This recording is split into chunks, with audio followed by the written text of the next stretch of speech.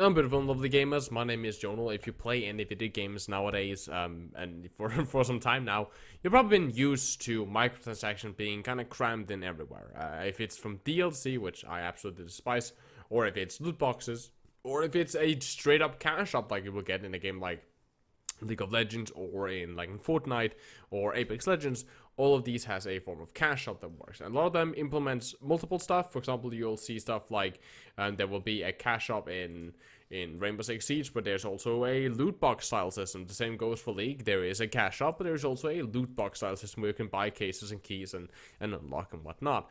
And people are getting kind of used to that, but what I want to talk about specifically, right? Because talking about, how this anti-consumer, it's like beating a dead horse by now. Everybody knows it, everybody's talked about it. And again, the only way to force reform from loot boxes is to straight up just don't buy them. That is the only way to stop loot boxes and other microtransactions to vote with your wallets. If there's a good microtransaction system that is added in, okay, maybe you want to invest some money there. For example, I'm nothing wrong for me to invest money in skins in League. I play League a lot with my friends. It's fun, and therefore I don't mind throwing some money at the company when they have good business models when it comes to the way that they sell skins for decent prices and they're really high quality skins.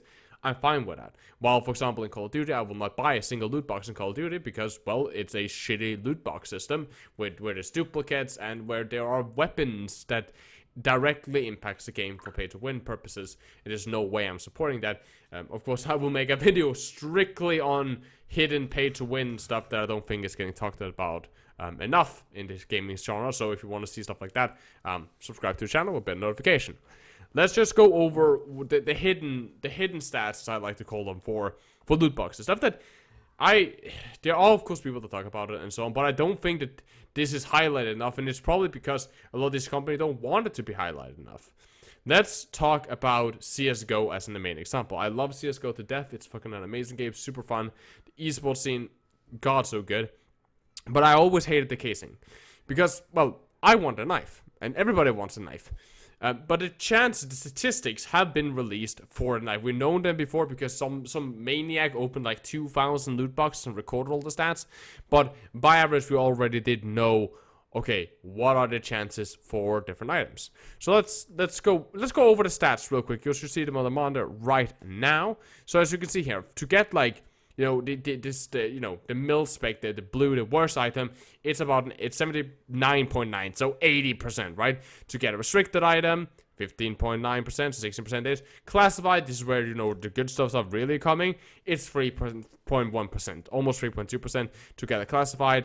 To get a covert, which is like where the best ops, the best AKs, the best, in general, the really fucking badass, like rifle skins are, it's 0.6%, so a little bit over half percentage. And to get a special item is 2.5575. So about one quarter, a little bit over, but about 1/4 of a percentage, meaning by average, if you want a special items, which is where the knives are, which, let's say that I want a knife, because who doesn't want a knife in CS? 1/4. So in every 400 loot boxes, you should, by average, right? If you open, if you open 4 million loot boxes, every 400 should be a knife, right? Because it should average out to one knife every 400. That does not mean, and this is the appeal of loot boxes, because they will say, oh, but you can buy a loot box for $2.50 or €2.50 or whatever it is, and you might get a knife. For those. $2.50 you might get a knife. But that's such a twisted way of looking at it. Because first of all, again, it's 0.25%. Look at this graph. Look at this. That little, I don't know if you can see, this little bit tiny yellow line. That is the knife. And the rest, like the blue thing, is just garbage. Straight up garbage. And then there's the two purple ones, which are, one of the purples are like, okay. The 3.9% is like, oh, the really cool item. And you can also see the tiny red one, which is, the cool AKs and so on. That's actually worth some money. And that's the first thing. That, yes, the drop rates are insanely low. And if you look at the direct comparison to a game like League.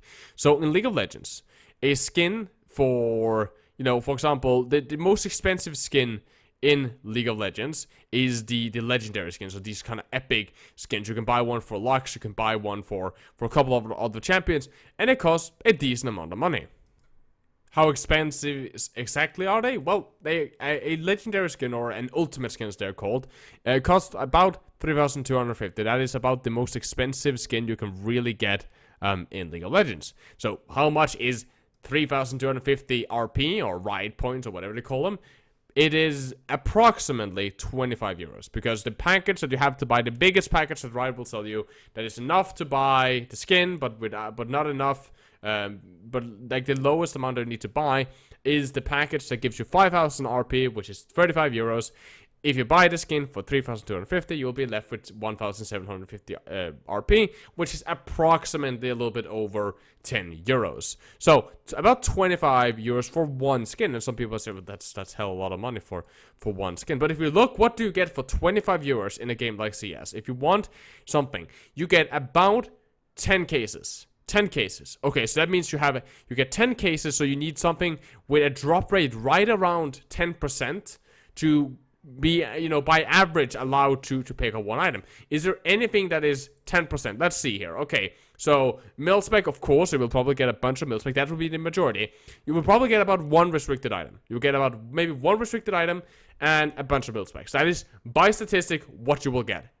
If you want anything else, then, okay, you have to put up way more money than 25 euros to get anything statistically. To get a classified or covert or a knife, any form of special item, you need to invest far more money than just 25, depending. And again, as we said, the special items are about 400 loot boxes for CS.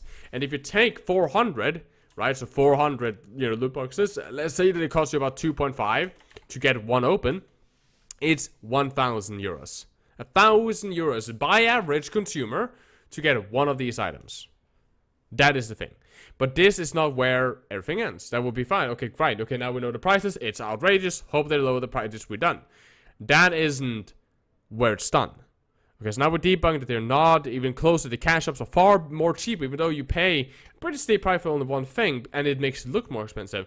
Compared to what it costs for a loot box, it is actually a pretty good price, right? For a high quality skin, right? Remember, these are the most expensive skins you can get in League. Now, if you look at how they have layered it, there's not just one layer. It's not just hit that 1 in 400 chance to get the knife. No. That would be too easy, right? So what they've done is they've said, okay, you roll, and let's say you get 1 in 400 chance, you get the knife, you get a knife. Now it rolls another table. Which knife did you get? Because different knives are more valuable, are rarer than other knives. Like a Rambit, for example, is rarer, I believe, than I think a flip knife. I think flip knives are pretty common, right? So certain knives are way more like a butterfly knife, or butterfly knife or a body stone, are far rarer to get and therefore worth more money and more status to have than one of the cheaper knives. So there's another roll on another table. So first you hit 1 in 400. Now you need to hit some. I did not find the statistics with this on the internet. You need to hit some form of low statistics. Let's say 7% to get one of the higher grade knives. Let's say 7%, just a random number. 7% to get one of the knives. I would not be surprised if it's far lower than that. But let's say 7%. Now, you will think, okay, now I'm done. But you're not. Now, what skin did you get? Because some of the knives have very specific skins, very specific coloration. Some of these colorations are, again, rarer than others. So say that you don't really care. So you want one of the more common one. Okay, great. So let's say you want the one that has, let's say, a 25% chance of you getting that. Okay, so now you need to roll. So 1 in each 4 knife that you should have. So first hit 1 in every 400, then get the 7% chance to get the knife, the made up 7% that we just made up, and then the 1 in 4, so 25% to hit the skin that you wanted, or a good skin, at least just a good skin, doesn't matter if you wanted it, just a good skin. And now that you thought, okay, I hit all of those, I'm the luckiest guy, I should go and gamble right now, I should just fucking leave for Vegas at this point. Now, we come to, what grade did you get? Did you get factory new? Oh, that would be really dope. Or did you get, run over by a truck, stomped on by an elephant, nuked by fucking in Hiroshima? Like, what did you get? Did you get like a worn, beat up fucking knife? Or did you get a fancy new one? What did you get? Right? all of this makes it has to depend on what you got an item, visually wise, but also what you got economy wise, since you can sell this on the marketplace. So you're not even, so it's a gamble on top of a gamble on top of a gamble on top of a gamble. This is why some of the skins are super expensive on the shop, because they are so rare to get that you wouldn't. I've also, again, I'm not going to go too much into it. I've also heard that on the skin, on some of the skins, like I think faded and so on, there's even a % chance of what pattern you want. I cannot confirm this because I'm not that into. Someone in the comment section that know knives better. That's what I read on the internet, that you don't just get a faded knife, then there's a % chance to get a bad or a good kind of coloration or like a pattern. And if you get one with a really rare pattern, well, then that's more money and looks better in so to say. So that is the straight up stuff. So that is at least, for a knife, there's so many roles. If you get a rifle, and this is one thing that CSGO is really going for them in the crates. The CSGO crates are nice in the way that if you get, let's say, anything but a knife, really, right?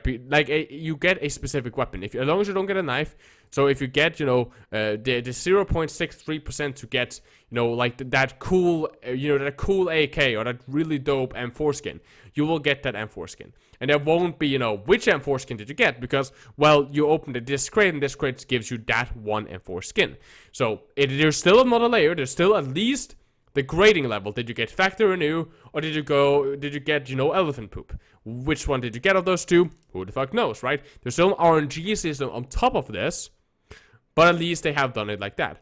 Other games doesn't do that. I'm talking, for example, Apex Legends. I'm talking Overwatch. I'm talking really any other game. Most other games, like for example Call of Duty, also they don't do that. They just have there's legendary items, there's epic items, there's rare items, there's common items. They have different drop rates, but when you open them, you're not sure what you will get.